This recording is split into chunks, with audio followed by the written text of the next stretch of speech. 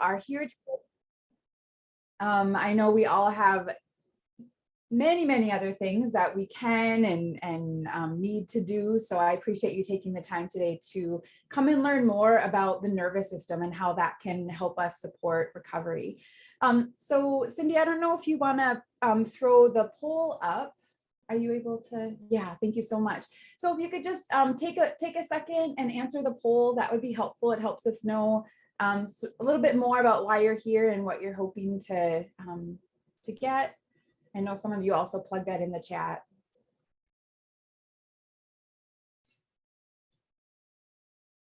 I love this. So I'm seeing a lot of people identifying both personal and professional use. And that's the thing I love about what I get to teach, is that it is very much applicable to ourselves as well as to those that we work with or are in relationship with. So yeah, I love that. Maybe leave another couple seconds for those who weren't able to answer the poll yet.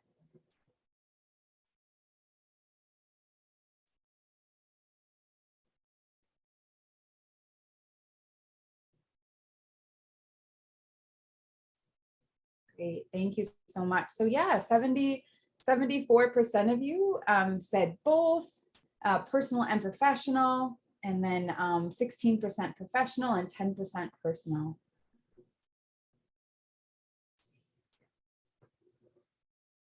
Technology is not my forte, so just bear with me for the beginning parts here.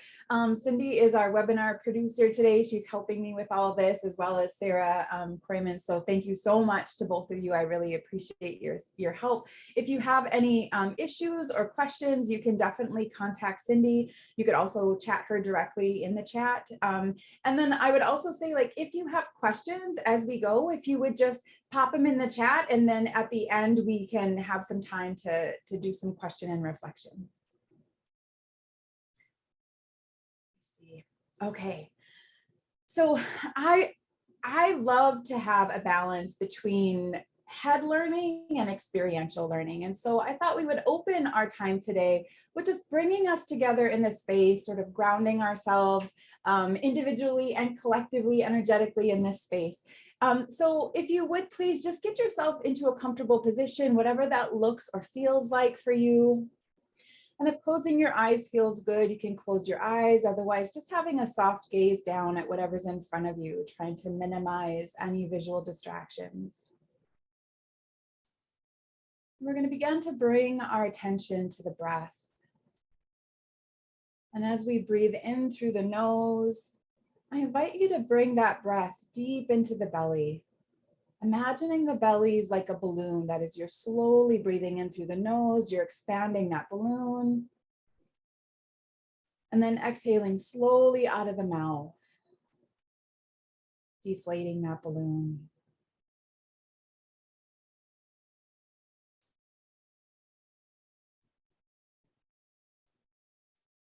And if it's helpful for you, you can think to yourself, soft as you breathe in, and belly as you breathe out. Remind yourself just to keep your belly nice and relaxed, allowing that breath to come deep into the diaphragm and helping you to keep your focus and attention on the breath. The mind has a tendency to wander, and so using something like soft belly, that saying, can help us to keep our focus and attention on the breath.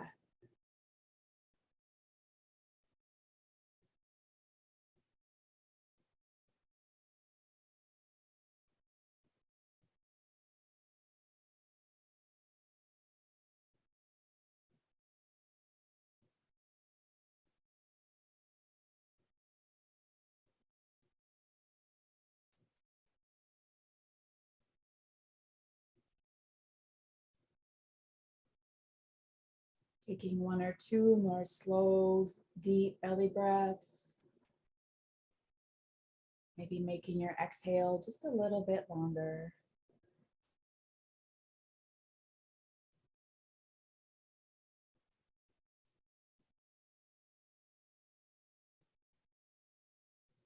And then just taking a moment to sort of check in with yourself, checking in with your your body, how your body feels in this moment, checking in with your emotions, with your mind, and also with your sense of connection to self and to others.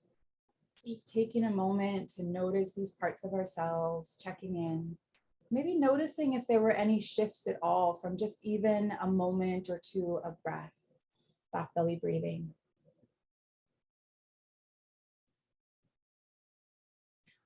And then when you're ready to come back into the space fully, if you haven't already, you can go ahead and open your eyes. So soft belly breathing, I feel like a broken record. I know most of you probably haven't heard me present before, but I use that practice every single day. It is such a simple and accessible practice. I use it when I'm driving, if I'm feeling frustrated or, somebody cuts me off or whatever in traffic. I use soft belly breathing when my kids are fighting and I'm trying to keep myself regulated to be able to navigate what's happening between them. So soft belly breathing, what that does is it activates a nerve called the vagal nerve that runs from the brain, around the heart, around the stomach, and it actually connects to all the different organs in the torso. So when we take that slow, deep belly breath, it activates the vagal nerve, which then sends the message back to the brain that we're physically safe. If you were running or fighting for your life, taking those slow, deep belly breaths would be impossible. So the fact you can take it then sends the message to the nervous system that you can shut the alarm off, everything is okay.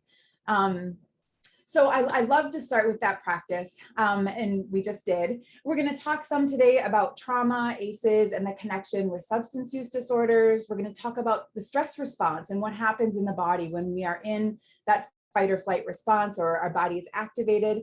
We're going to do a body scan or a 3-sync process, and then I'm really hoping to be able to leave some time for questions and reflections at the end. So I want to share 2 individuals who have really been shaping the way that I think about trauma over the last couple of years. So one is Gabor Mate and the other is Thomas Hübl. And these 2 gentlemen, one of the things that's been really helpful for me is understanding that when something traumatic happens, so first of all, Gabor says that trauma is not the same thing as an event, a traumatic event. So there's a traumatic event that can happen. And then there's trauma, which is what happens when we don't have the individual resources to be able to navigate through the big energy that's coming up in us through the event, or we don't have the social supports and the environment that we need to be able to help us navigate through that. And so what ends up happening is our nervous system gets overwhelmed, and we're going to talk way more about this, but our nervous system gets overwhelmed and we can't stay in that highly aroused state for very long.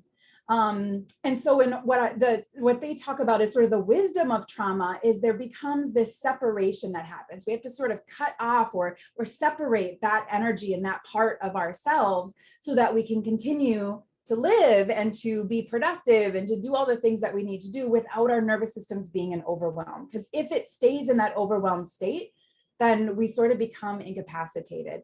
So they talk a lot about how trauma is separation. And so you can see this can play out in lots of different ways: separation from ourselves, from maybe our physical body, our emotions, our thoughts, might be separation from one another, a sense of like, can't get close to people because people hurt me, so we keep a distance.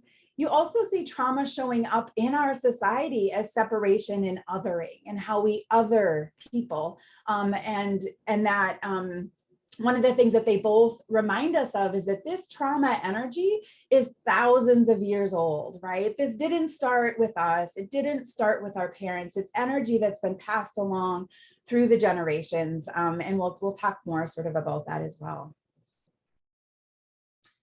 So I want to just touch really quickly on ACEs, and I'm sure many of you are familiar with the Adverse Childhood Experiences study done in the early 1990s.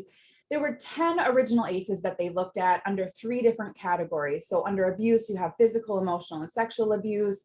In neglect, you have physical and emotional neglect. And then under household dysfunction, you have mental illness of a primary caregiver, incarceration of a relative, substance use issues, domestic violence, and separation and divorce. And in all of these situations, what they have in common, so one of the things I'll say is these are not the only possible ACEs that can happen to a young person. These really focus on what happens within a household, but there's all sorts of things that are also happening in our, when kids go to school and in our community environments and in the larger society that impact us. So these are not the only ACEs that can happen. And what these all have in common is that without the supports, the buffering supports of adults and the ability to regulate our nervous system, our system gets overwhelmed and these experiences and this energy then gets stuck in our bodies. And so, one of the things as I've sort of dug into this more and learned is that this unresolved trauma, this stuck energy, and just for example, think about maybe the last time you had a really stressful day or week. And how many of you wear your ears or your shoulders like earrings, right? Your neck gets tight, your shoulders get tight, your body gets tense. And so that's an example of how this energy of stress can get stuck in our bodies. And so this unresolved trauma leads to impacts that ripples out throughout the individuals and society. So these adverse childhood experiences, this constant dysregulation of the nervous system can lead to mental health challenges, things like anxiety and depression. So we might be stuck in the past. That tends to be, when our thinking is in the past with regret or things that we wish had been different or whatever. That's more of, being stuck in the past and being stuck in those patterns of maybe depressive thoughts versus sometimes when we're feeling overwhelmed, it's because we've thrown ourselves into the unknown future. None of us knows what's going to happen in the future. And so in this unknown future, there can be a lot of anxiety. And so anxiety and depression are very common mental health challenges that people with unresolved ACEs have. And then because these feelings of anxiety and depression are overwhelming, a lot of people turn to different things to try to cope with those really challenging emotions, including substances. And some studies have shown an 80% correlation between trauma and addiction. And 2/3 of those in recovery for addiction have experienced at least one ACE. So these are just some stats that show that connection between unresolved trauma and substance use issues. So we're going to really focus this morning on the nervous system. And this was a huge connection for me as I've been learning about this, because I first got into learning about ACEs. I was trained in the ACE interface, a master ACE interface trainer, super helpful foundation for me. And then, we talked a lot about, what the impacts of those ACEs are, but there seemed to be something missing that I couldn't understand. How do these high ACEs lead to, things like heart disease and stroke and cancer and all these mental health issues? And so the key to understanding that for me has been understanding the nervous system and what happens in the body when we get activated by something that we perceive in our environment as a threat. It could be a real threat or it could be just a perceived threat.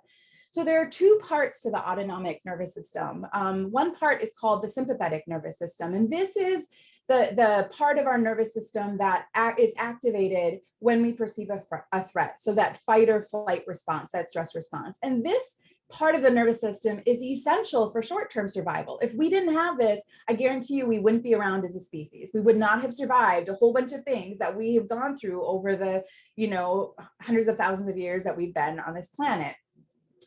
The other part that's really essential is the parasympathetic nervous system. And this part of the nervous system controls, they call it the rest and digest. So this is the part that when we are in this state, in our parasympathetic nervous system, our body is able to heal, energy is able to go to the parts of the body that is where it's needed. And it's essential for long-term survival. So having a balance where our sympathetic nervous system gets activated appropriately when needed, but then we're also able to activate the parasympathetic nervous system to be able to regulate the nervous system.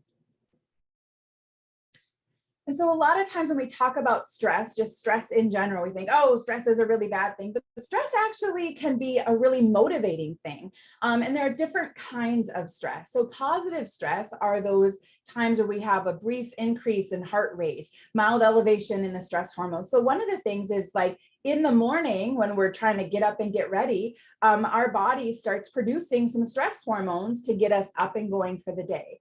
That's a good thing. Otherwise, it'd be really hard to get out of bed in the morning.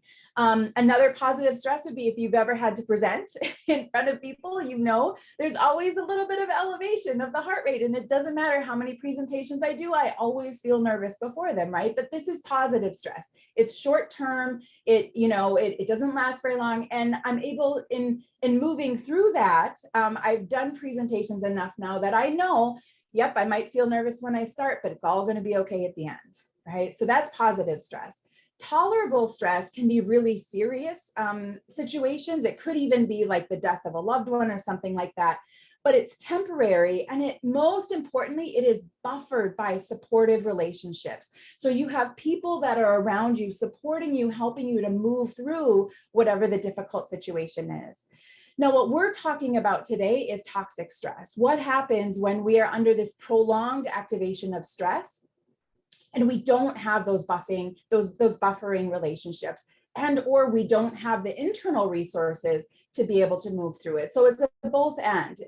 Sort of sometimes we hear like, it's all about the individual, oh, it's all about society, like what, but we really need both. We need individuals who are tooled and skilled and know how to be able to regulate their nervous systems. And we need systems and people around us that can also help us, because our nervous systems are interrelated and they are connecting to one another, whether or not we realize it. So we're going to talk about these main parts of the stress response. There are other pieces that can happen when we go into the stress response, but these are the ones that we sort of talk about the most, which is fight, flight, freeze, and faint. And so when we have, when our amygdala perceives a threat, the fight or flight response gets activated. So with this, we get a rush of adrenaline, and this rush of adrenaline increases our heart rate and it increases our respirations. The reason for this is so that we can get more oxygenated blood to the body so that we can fight harder or we can run faster, right? We need more oxygenated blood to be able to do these things.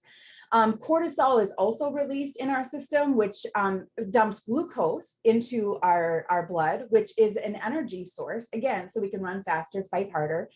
Our digestion shuts down. So when we go into this activated fight or flight response, it requires energy to do this, and so we have to shut down energy that we're using in other places. So our digestion is one of those things. If we don't survive whatever the perceived threat is, digesting breakfast, lunch, or dinner, it doesn't matter. It's not important, right? So digestion goes on the back burner, and the energy that was going to be used to digest then goes to these other things that are happening, the heart rate, the respirations, the blood being pumped out, the blood vessels increasing to get more oxygenated blood to the large muscle group. So all these things are happening. But there's also a diversion of blood from what the body deems as sort of non-essential in this moment, which would be things like hands, feet, maybe nose. So you might notice when you're in the fight or flight response, you might notice cold, clammy hands. You might notice really cold feet that you have a hard time warming up, or even a cold nose. So just starting to pay attention to these things that are happening in the body can give us an indicator into what part of the nervous system are we in. These things here let us know that we are in an activated sympathetic nervous system. So again, this part of the system is essential for short-term survival. But the challenge is when this system is activated again and again and again, and there's not much reprieve, if the heart has to work harder constantly, that can lead to heart attack, it can lead to stroke. The body constantly getting dumped with glucose can lead to things like type 2 diabetes, high blood pressure, inflammation in the body, digestive issues. If our digestion is shutting down and then restarting and shutting down and restarting, that leads to all sorts of digestive issues. And then autoimmune disorders. So these things are all connected to adverse childhood experiences and a consistently dysregulated autonomic nervous system. So this was really interesting to me as I was learning more about this dissociative, this freeze faint response. And I'll show another graph in just a second to give you a better sense of this. But I learned from Dr. Bruce Perry, who I highly recommend if you haven't heard of him, if you haven't looked up any of his stuff, please check him out. But he talked about how when we go into this state, it's actually the sympathetic nervous system is activated, but because there's nowhere to run and we can't fight our way out of it, the next best thing we can do is sort of succumb to it. So the parasympathetic nervous system also comes online, which then means that's, again, that rest and digest state. So what happens is our breathing slows, our heart rate, decreases, our blood pressure will drop. If it drops too quickly, that can lead to that faint or that dizzy, lightheaded feeling. Our sensory input goes awry. So what we hear, smell, taste, touch, etc., it's not processed in the brain the same way. The brain literally is prepping to be injured. And so it's trying to not be really present with what's coming in through our senses to not experience that pain as much. So our body might go really rigid, or it might go completely limp.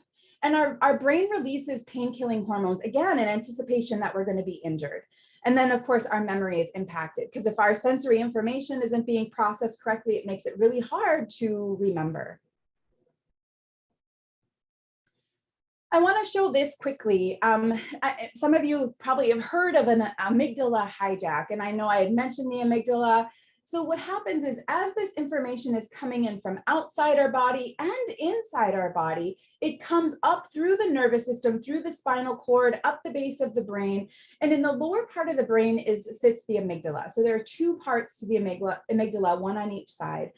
If that part of the brain, its job is to detect threat. If it detects threat, what it does is it throws the prefrontal cortex offline. So Dr. Dan Siegel, he says we flip our lid. So this part here is the prefrontal cortex. So information is coming in. This would be the amygdala right here, amygdala hippocampus. So if a threat is perceived, we flip our lid. And then the amygdala takes over the brain. The amygdala is what is driving the bus, making the decisions.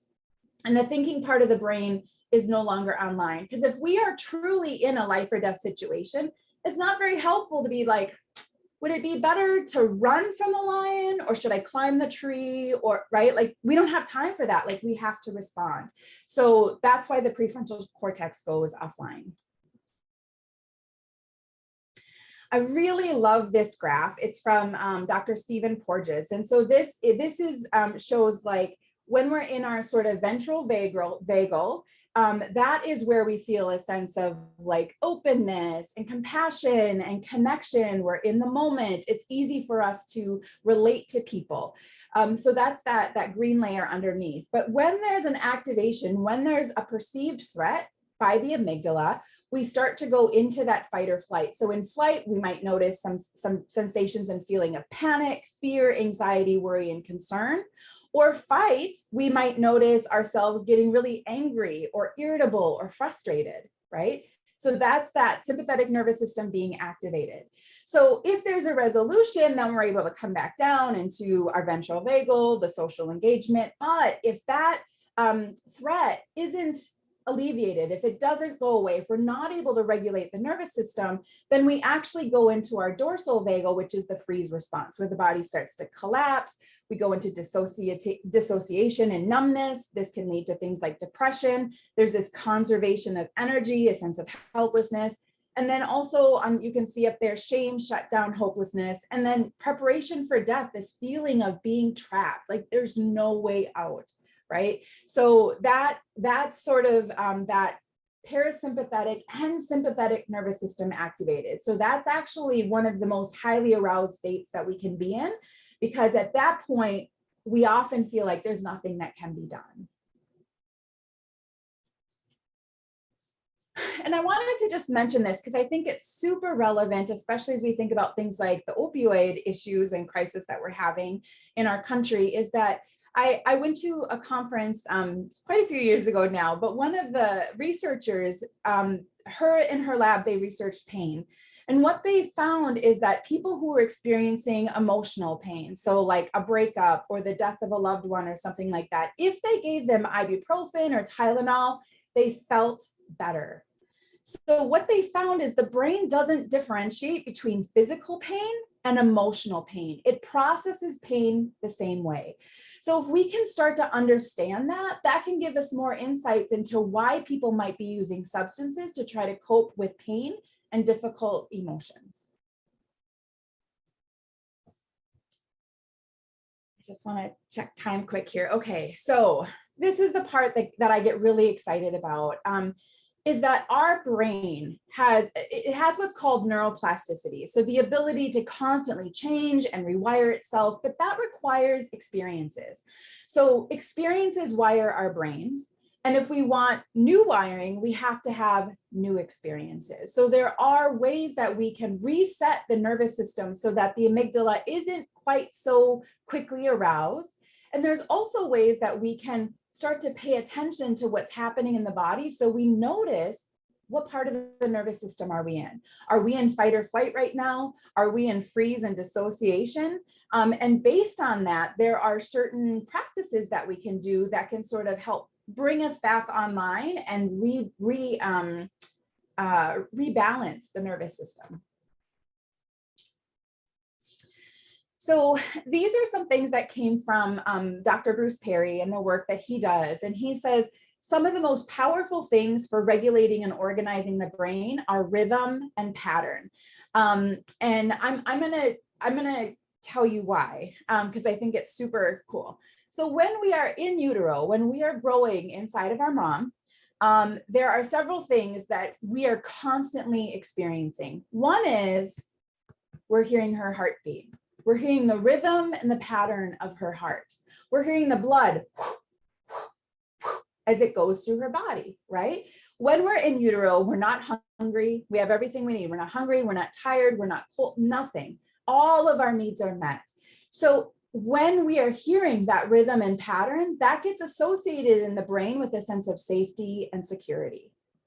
Another thing that happens is, we're like sloshing around and amniotic fluid in there, right? So as our mom is up and about during the day and she's moving, she's actually, it's like we're in there swinging, we're swaying back and forth in the fluid, right?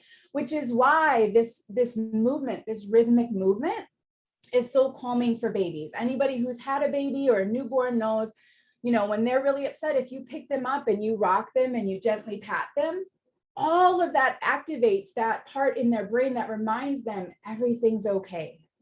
So that's why rhythm and pattern are such powerful regulators for us throughout our entire lives, because this gets wired in at a really deep level. So things like drumming, music, singing and chanting, dancing, swinging, swaying, listening to live music, running and walking, all of these things have rhythm and pattern to it. In addition, there's things like meditative breathing. So the soft belly breathing that we started with would be an example of that. There's lots of other kinds of meditative breathing also though. Equine grooming and riding, anyone that's ridden a horse knows when you're riding, there's this rhythm, there's this pattern that is happening as you're riding. And that rhythm and pattern, again, helps to regulate the nervous system. I mentioned swinging, yoga, which incorporates physical movement with breath practice. Tai Chi and Qigong, same thing, breath practice with physical movement that are, where there's a pattern and repetition. Massage can be really helpful for that. And then there's something called neurobiofeedback, which there are certain devices, you have to purchase certain devices that sort of literally measure your brainwave states and give you feedback. So there's a device called a Muse that I purchased a while ago, and it really helped me as I was learning to meditate. Every time that my mind would start to wander, the Muse would pick up that my brainwaves started getting more active, and it would let me know that through sound, and then I would know to come back to my breath. So that would be neurobiofeedback. And biofeedback would be things like a Fitbit, right? I'm looking at my heart rate. Oh, my heart rate is 120. Resting, it's usually, I'm not saying right now that's not the case, but maybe if it's usually like 62, then that would indicate to me like, oh, I'm probably in the stress response. And that actually happened to me one time. One morning when I was trying to get my kids out the door, I was like, oh, I'm a little activated. And I looked at my Fitbit and it was like 137 and my resting heart rate is 62. And I was like, oh, I'm not a little activated, I'm very activated. So that's another thing I think is important, is when we're used to being in a certain parts of our nervous system, that can begin to feel normal. So we might not even know that we're in it until we look at something like our Fitbit, or we pay attention to our heart rate or our respirations or our hands cold and clammy, or do we feel really checked out, right? So that's why sort of recognizing some of those pieces of what part of the nervous system are we in, can be so helpful for identifying where we are in our nervous system and things that we can do to regulate it. All right. So I showed earlier Thomas Hübl, and I'm currently taking an online class with him, which is phenomenal. I'd really encourage you to check out any of his work, but he has a meditation called a 3-sync process. And so we're going to do that now. So I would invite you just to, again, get yourself into a comfortable position. If closing your eyes feels good, closing your eyes, that helps us to go inward a little bit easier, not distracted by visual things outside. But if closing your eyes doesn't feel good, you can just have a soft gaze down at whatever's in front of you. And as we start this, we're just going to take a snapshot of where we are in this moment. So how do we feel physically, emotionally, mentally, just sort of taking a little selfie or a snapshot of that in this moment. Where are you at in those parts of who you are?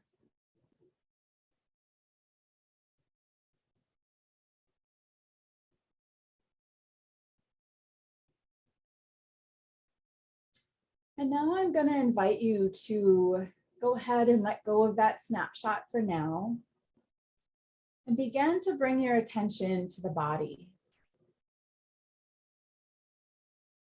And begin to notice all of the ways that maybe you feel aliveness in the body, or a sense of connection to the body. Maybe you feel warmth or vibration or a sense of flowing. So just taking a few moments to notice where the body feels alive and how you know it feels alive, that sense of connection you have to that part.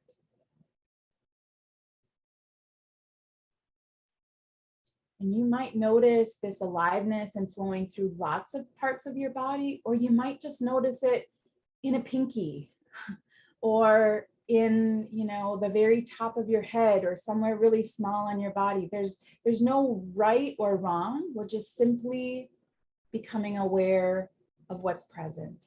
So noticing where we feel aliveness, where we feel a sense of connection to the body.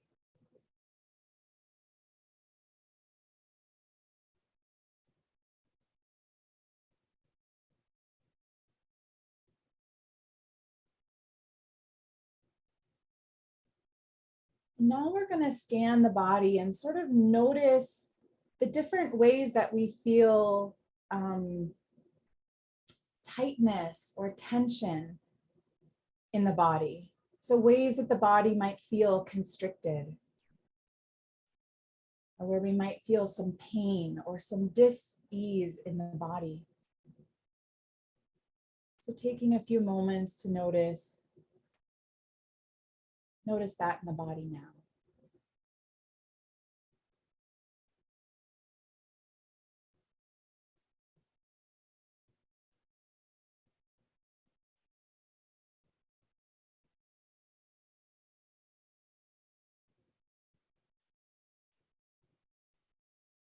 Now shifting our attention one more time in the body and beginning to notice maybe those parts of the body that we don't feel quite so connected to. Maybe there's a numbing or just an absence. We don't even feel ourselves there. And again, remembering that there's no right or wrong. If we feel these places in the body, it's just simply information. It's letting us know in this moment, how connected are we to our body? And where are the places where maybe there isn't very much connection?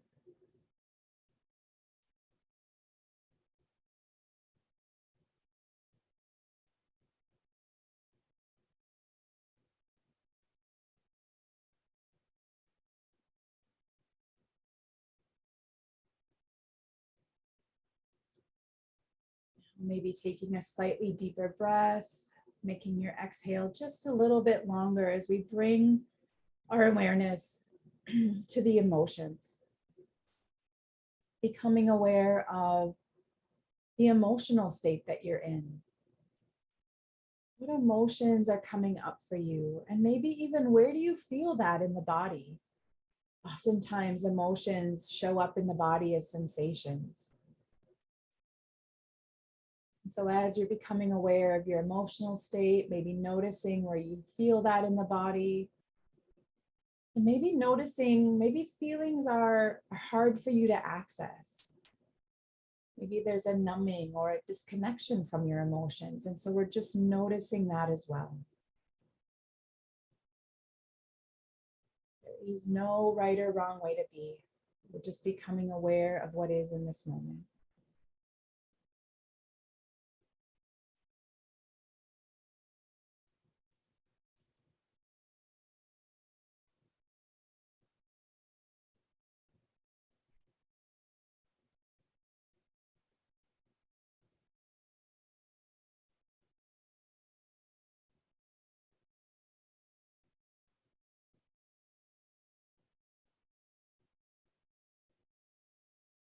Now taking another slightly deeper breath, inhaling and a nice slow exhale. Now bringing your awareness to your mind, to thought, and becoming aware of your mental state. What thoughts are coming in and how are they arriving? Are they popping up like popcorn, one after the other, or are they slower, sort of taking their time? One thought comes up, hangs around and then leaves, and then another comes up. So just becoming aware of your current mental state, the thoughts that emerge and how they are emerging.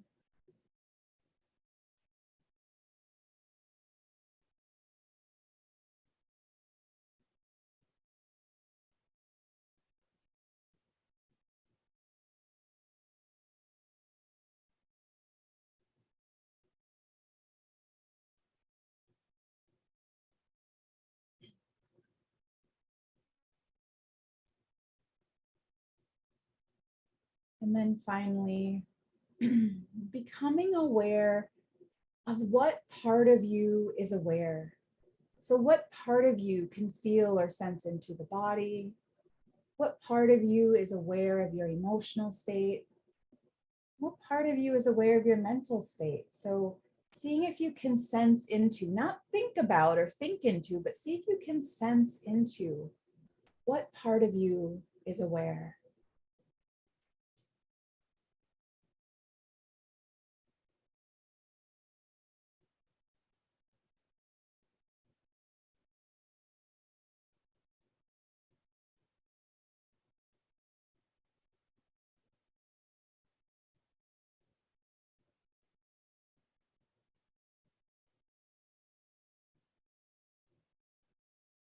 And then we'll close with a grounding breath, a nice big inhale in through the nose,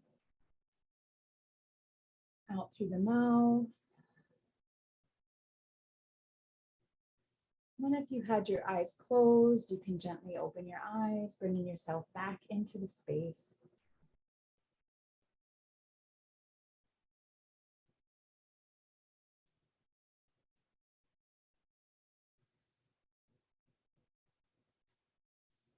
Right. So I want to leave some time for questions and reflections. I also have, as Sarah had mentioned, there are some references and resources that you'll get in the PDF of the PowerPoint. And then if you need a certificate of participation, you can complete the evaluation link using the link on the next page, and then you'll be able to get that certificate of participation. So here is the evaluation link. It should be live. You should be able to just click right on it and it should take you to the evaluation. And then as Sarah had mentioned earlier, there will be a follow-up email. I believe, Sarah, did you say sometime in early April or end of April? Yeah, probably into May, following the end of the series. Okay, great. So at the end of the series, you'll get a follow-up email. So go ahead and watch for that. There are a couple other things that I want to sort of go through before we have time for question and reflection, because I don't want to rush through that at the end. So I wanted to also share, oop, I'm going too fast now, some upcoming webinars. And I believe we'll make sure that this is in the PDF that you get as well. So all of these webinars and the dates will be in there, along with the links for how you can register. Lots of great webinars coming up. Consumers, professionals, home pieces, more recovery and health. And then there are a couple standalone webinars coming up. And then again, you can search all webinars at this link, extension.umn.edu/courses, with the dash and dash events. So I think that's it. And then, different ways that you can engage with us with Extension and Center for Family Development. And I think that is it. So if it's okay, can we stop sharing the screen? And then I would love to see faces for anybody that would want to, if you feel comfortable turning your camera on, I would love that. And I welcome just opening up any questions, reflections, what you noticed, what really resonated with you, what you found helpful, anything at all. Hey, Susan, this is Maggie. That was amazing. Thank you so much. One question, like sometimes I find myself judging myself when I become aware of like certain triggers that my brain wants to say, that's not a big deal. Like, get over it. But my body definitely like remembers. So I'm wondering if you could speak to like how to quiet some of those judgmental voices. Yeah, that's such an important question. And so I have like tons of thoughts, but one of the things that initially is coming is one of the things that Thomas Hübl has said, and I've really appreciated, is sort of anytime we have this idea that we should be somewhere else, or we shouldn't be feeling something, or we should, anytime we have a should, it means that we're wanting to be somewhere other than where we are, right? So that recognition, like, okay, I'm like, just, this is where I am in this moment. This is how I feel. This is what's going on in my body.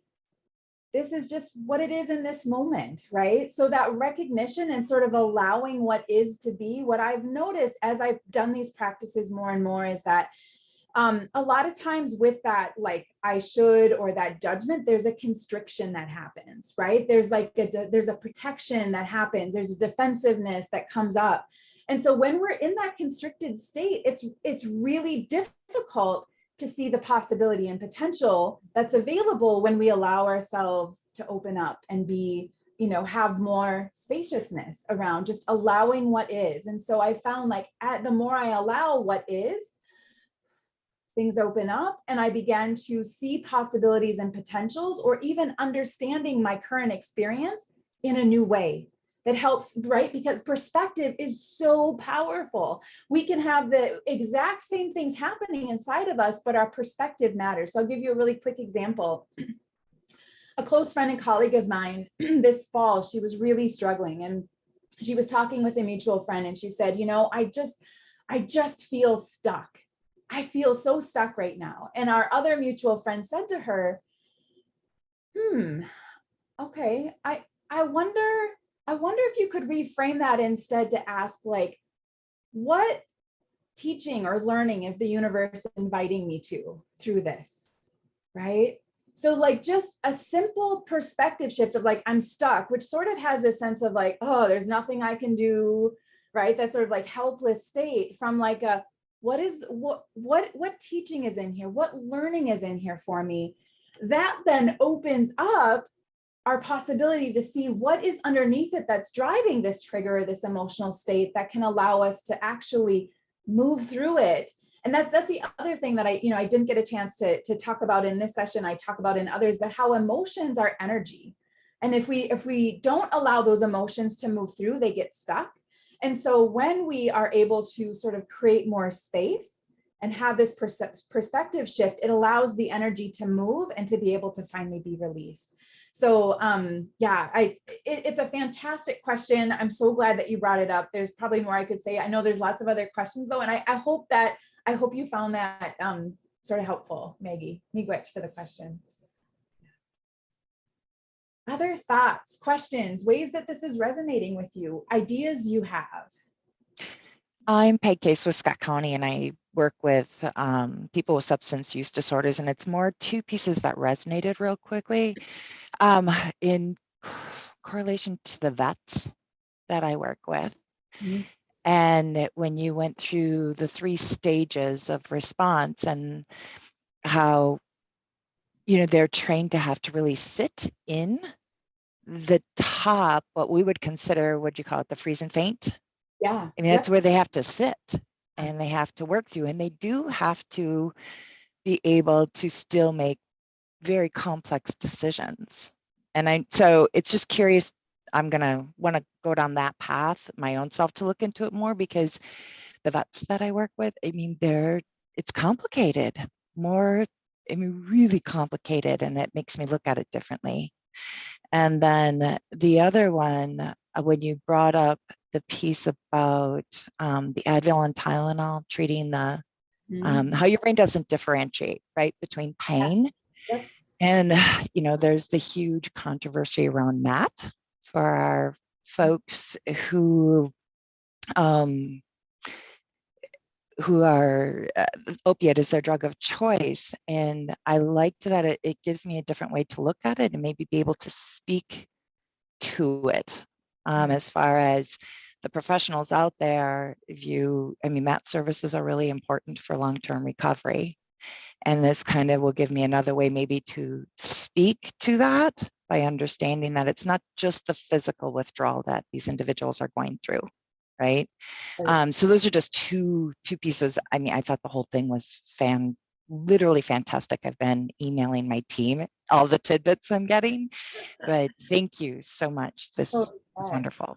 Yeah, Miigwech, for the insights and the connections, and that's what gets me excited. Like, this information I think is exciting, but unless we can embody it and do something with it, it's like it's not really helpful, right? So as I love that people are making connections either for yourself or in the work that you do, because that's then how change happens. When we have these insights, when we have this new information, and it changes and shifts the way that we see something, or the way that we respond to something, or what we promote and support, or how we talk to others about it. So Miigwech, Peg, thank you so much for sharing that. And another just really quick thing, when you were mentioning about the veterans, one of the things that I also learned, my dad, he's since passed, but he was a Vietnam vet. And he also had very high ACEs. And I learned about how there's a correlation between individuals, veterans with high ACEs, who then end up in combat situations. They are significantly more likely to have PTSD than vets who did not have high ACEs. And part of that is because as children, their nervous systems have already been wired to be very quickly activated and to dysregulate, right? So once they get into that other situation of war, that then just reinforces that. And then that's oftentimes why they end up with PTSD. So I thought that was an interesting tidbit, and I thought that might be helpful for you as well. So, yeah. I experienced trauma at the age of 5. My mom married an alcoholic, and my nervous system went into high gear, and it stayed there through my entire adult life. And so now at retirement, I'm learning how to manage a lot of these things. I do have a breathing meditation practice called Spring Forest Qigong that I swear saved me through the pandemic. Wow. But what really struck me was the part about going to the amygdala, because I've made some really bad decisions under incredible stress. And I'm trying to figure out, I'm an intelligent person. Why did I choose that? Now I know. Thank you. Yeah, absolutely. I literally think they should be teaching this stuff in elementary school, how the brain works and what happens when we perceive a threat. Even if there's a movie, if you haven't seen it, it's called Paper Tigers. And it sort of is that play on our brain doesn't know the difference between a actual physical threat and a perceived threat. a paper tiger, like something that's happening, a test or relationship problems or whatever. And our brain responds the same way as if it was a tiger standing in front of us. So I think understanding how our brain works is so helpful to then help reduce that sense of judgment that we often have when we make a decision. We're like, what, I'm a smart person. Why did I do that? Right? Like, Yeah. they should be teaching this to everyone in elementary school, I feel. Yeah. Thank you so much for that, Vicki. One of the things they teach us in Qigong is that when our spirit is traumatized, it can break up and reside in other parts of the body. And that's where the blockages and the disease and the discomforts come up. So that's been really helpful to me too. Yeah.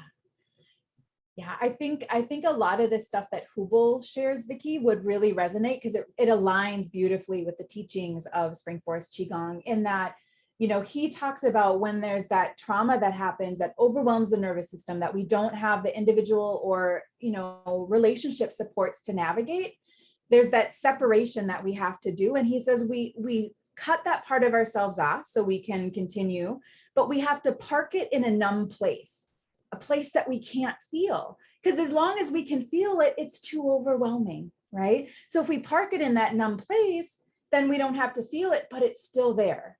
And so that's why I love the 3-sync meditation, because it really invites us to start to notice those places where there is maybe numbing, where there's not a connection, where we don't have that sense of connection to our body or to our emotions, because we've had to cut that part off because we didn't have what we needed to be able to navigate through it. So one of the things that's been really helpful for me as I've been navigating my own, unresolved trauma and like integrating the layers and all of that is really, with each piece that comes up, remembering like anytime there's a trigger that I'm triggered or activated, a lot of times we think, oh, it's because so-and-so said this or they did this, it's this person, like if they hadn't done that, I'd been fine, right? And I lived most of my life thinking that. But now what I understand is that what's happening is what they're saying and doing is activating, it's pushing on something that's already inside of me, an unresolved emotion, an unresolved situation, something that I didn't have the resources to deal with when I was young. And so that's what's coming up for me. And so again, a perspective shift that's been helpful for me is anytime that comes up, it's an opportunity to learn and to reintegrate that part of ourselves back in, right? That part of our spirit that we had to cut off or whatever that energy is. And Hubel talks about this. I love this. And I think it's so exciting. Like, even though this trauma energy gets sort of separated, he says it's almost like it's frozen under the permafrost, right? But as we are integrating it, we thaw it and we release that energy to be used for something else. So I think about like all of the untapped energy within me, right? That still needs to be integrated, and also our collective, how traumatized our collective is, and that frozen energy in our collective that through the healing and integration, we then will have the opportunity to use that energy for something else, to actually, maybe address some of the huge challenges that we are experiencing in our lifetimes right now. So to me, that is a really hopeful piece of this, and recognizing, and also that shift of like trauma. There is a wisdom in trauma. Like we can't stay in a constant dysregulated state. Our systems we will die very young. And that's, that's one of the things that the ACEs study showed, is that people with 6 or more ACEs that went unmitigated died on average 20 years sooner than somebody with no ACEs. So it has a physical effect on our body. Our bodies were not designed to be in that constant state.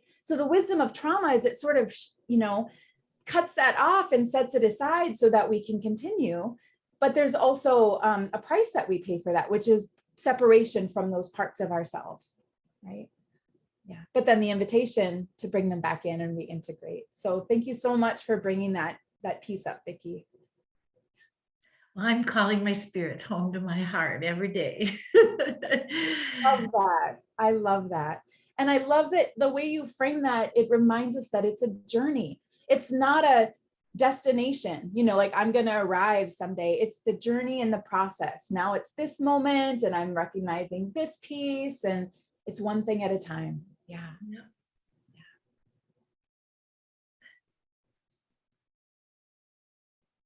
Other thoughts, questions, reflections? Thank you so much for just a really open, beautiful dialogue. I could do this all day long. I love talking about this stuff. I love sharing it. I love hearing stories and how you are already using and integrating a lot of this stuff. So yeah. Susan, this is Nikki Mabry. I'm a trauma-informed care trainer, working with a lot of folks, both staff and folks impacted by co-concurring homelessness, other traumas in the world, and who are largely BIPOC, Black, Indigenous, or people of color. Have you considered doing this training for BIPOC only? So most of the trainings that I do is with Indigenous communities here in Minnesota. I was hired through Extension under a SAMHSA grant to work with tribal communities. I now am in an Extension educator role that allows me to do trainings across the state. But that is an area that is near and dear to my heart, because I feel like a lot of times our communities are the last to know, the last to understand this. And I think our communities are the ones that need to understand this. Right. And the first impacted. Absolutely. But often the last that get the opportunity to speak on it. Yeah. So, I mean, I'm definitely open to other, places or connections you think that, presentations like this would be helpful.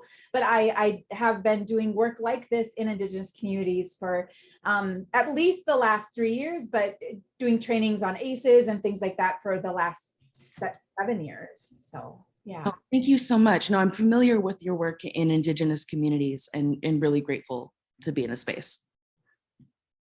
Thank you. That was a great question. Thank you, Nikki. Aaron Dreiling here from St. Paul. I'm transgender, and I was kind of thinking along the same lines. Have you thought about presenting to the transgender community specifically? So I have not, mostly because I don't have most of my connections are in Indigenous communities. And pretty much right now the recovery community, because of the grant work that we've been doing. But I am open to doing this presentation anywhere. Again, I really, this information has, I know it sounds cliche, but it literally has changed my life in ways that I can't even fully articulate yet. And I've seen how it's rippled out and positively impacted my kids, my relationship with my partner, my siblings, my parents, so I see how it ripples out. Anybody that is willing to listen, I will talk. So, even you might not be able to tell I'm a high introvert, but because this is so near and dear to me, I feel like anybody that wants. So if anyone has connections, or you think of places like, hey, I would love for you to come present here or there, you can either email me directly, you can, put your email. Well, I would really appreciate if you could email me, and which makes me think, I don't know if I'm going to pop my email in the chat so that you have it. Because I don't know if I had it anywhere else in the slide.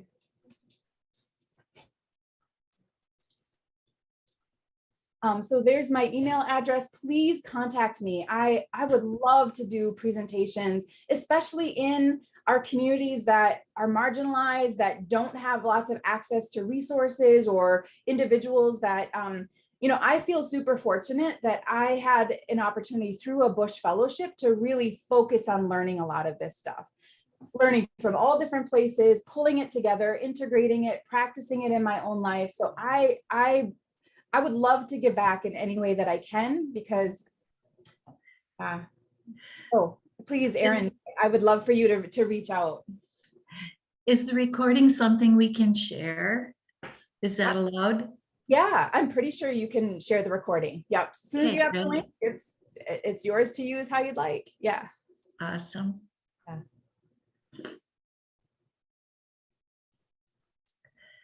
Well, that meditation was incredibly helpful. I've learned so much. Thank you for being here today. Thank you for being here. Thank you to each of you. I know we're at time or almost at time, but thank you for bringing yourself. Like I can really feel you are present. You are like you are here, and so thank you so much. And if you even want to email me and let me know down the road, like how are you using this? What has changed or shifted either for you personally or in the work that you do? I would love to hear from you. So have a beautiful rest of the day, and thank you so much. Thank you, Susan.